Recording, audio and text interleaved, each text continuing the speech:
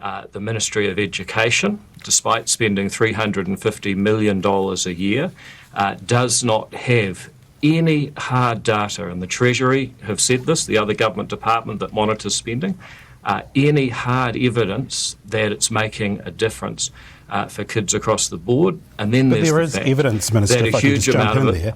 There is evidence that's come through from the University of Auckland, who's reviewed the ka ora ka ako back in 2023, June There's also more evidence out today from Massey University, which we'll share at the end. Last year, research has found that it enriched school environment. And be very aware what happens here, right? I will walk this process through with you. He says no evidence, okay? That's where we are right now. Ka ora ka ako back in 2023, June last year, research has found that it enriched school environments, boosted local economies, enhanced availability and affordability of healthy foods. And you discussed that there's been a drop in schools, but the main finding was the issue was more widespread than they had detected. Well, I don't know what they mean by widespread, but from what you've just said... Well, I think they mean that more schools do need this program to help their students be nourished and also perform better in schools. And with respect... That's kind of the whoa moment. Okay, no data, there's data. But of course, I've written down the process of what happens, and this is what I've written, okay? Yep. Seymour says no data. Yes. Daniel says yes data. Seymour's about to say not the right data. Yes. Daniel gives more data. Yes. And then Seymour says, still not the right data and you're biased. That's what we're about to watch. This is the communication.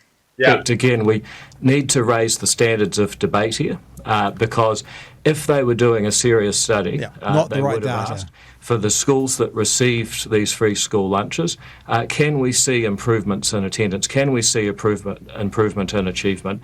Now, the Ministry of Education under the previous government, when they decided to spend all this money, went off and did 5 different studies, and none of them asked the basic question: if we compare the students that got the free school lunches with the students that didn't, have we seen an improvement? So this is a very deceptive thing he's doing. So what he's doing is, if we compare the most vulnerable children with children who are not vulnerable, if we compare the children from the most vulnerable communities, the poorest, let's be honest, the brownest communities, and they get given food, how does it compare to the, and I'll use this for exaggerative purposes, the wealthy white kids from Remuera in central Auckland?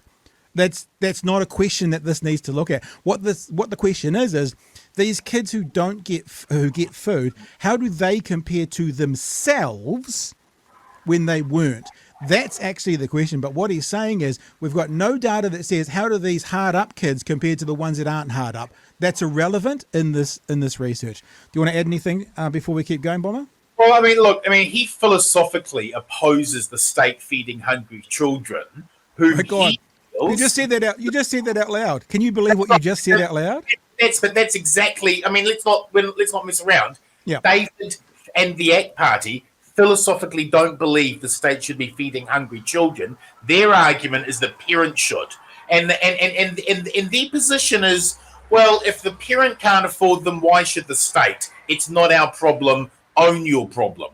Now that's a very far right libertarian me mind space, and the idea that he's in charge of resourcing these free school lunches. It's like getting someone who hates dogs to run a puppy store, right? He hates dogs. And yet he's running a puppy. Well, what do you think he's going to do to the puppies?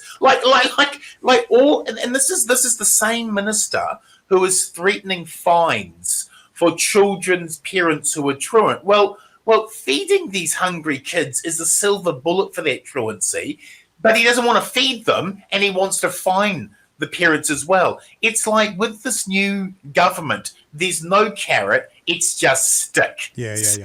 And then there's some more stick. And kids can't eat sticks. And so the idea that someone who is so opposed to the state helping the children of the poorest, that he's the one who's making the decision, is just, it's like allowing the fox in charge of the chicken the hen house. and you can't allow this to be serious policy. I mean, this guy has a history of enjoying vandalizing social policy just for ideological gain. And what he's doing here, look, when he says there's no evidence that it works, look, we were going through COVID. We had all of the problems during that bumpy time with truancy. To try and compare this period of time with feeding children, I mean, you're not going to get any results anyway, right? It's going to be all over the place because of what was going on with COVID. So he wants to avoid any academic research that shows that this is actually a real solution because he doesn't want it to continue. And I just think what is overriding all of this is this government's need to find $1 billion each year to give their rich landlord mates tax cuts. And that's the singular focus of this government. Where can we find that $1 billion for our rich tax mates? Where can we find that billion? And they're looking at taking it out of the mouths of children to put into the pockets of the wealthiest. And sweet Jesus, that's vile. It is literally Superman villain kind of mentality, right? This is how, and he likes this. And this goes back to my original claim of just how bloody smart he is. And the left keep underestimating him. He's a remarkably dangerous politician who is going to be able to get through a remarkably dangerous agenda because Luxon just can't stop him, you know? It reminds me as well when I heard about the time frame that these school lunches have been going of the Māori Health Authority. They gave the Māori Health Authority 13 months and they went, no, can't see enough results right now, so we're canning it. And I'm like, it was 13 months. Most people on a fucking weight loss, you hardly see much of a change in 13 months, let alone a whole system to try and bring up the people down the bottom.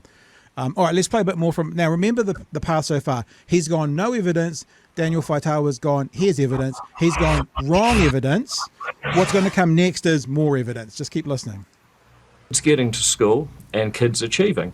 Now, it's a pity that we are inheriting a system where they spend $350 million without asking the basic questions.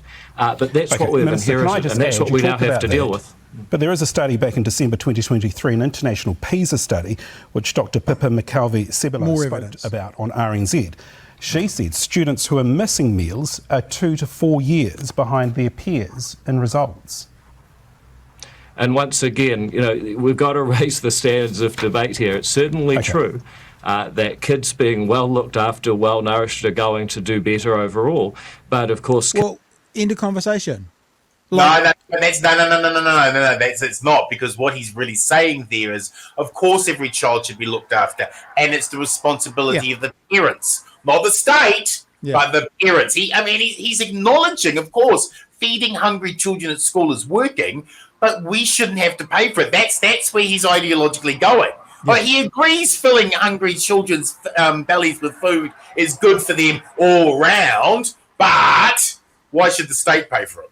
Yep. And now we're about to get to the point that wraps us all up, where he's on wrong information. Now you're biased. Daniel Faitawa, you're biased. Kids that are missing meals potentially have other problems in the home. So I just caution you, you know, clearly you're pretty keen to justify the spending regardless of how you do it. No, I'm trying to get answers from you in terms of you saying that there's no evidence there. I'm asking you and telling you that there is evidence coming through. All right, you say, and I quote. So there you go. So just as a reminder, and this is something we need to keep an eye on, I guess, with all politicians, but with ACT in particular and David Seymour, this is how it went. He said no data. Daniel Faitawa said, here's data. He said, not the right data. Daniel Faitawa said, oh, here's more data. He said, still not the right data, and you're biased. He basically called him a woke tard.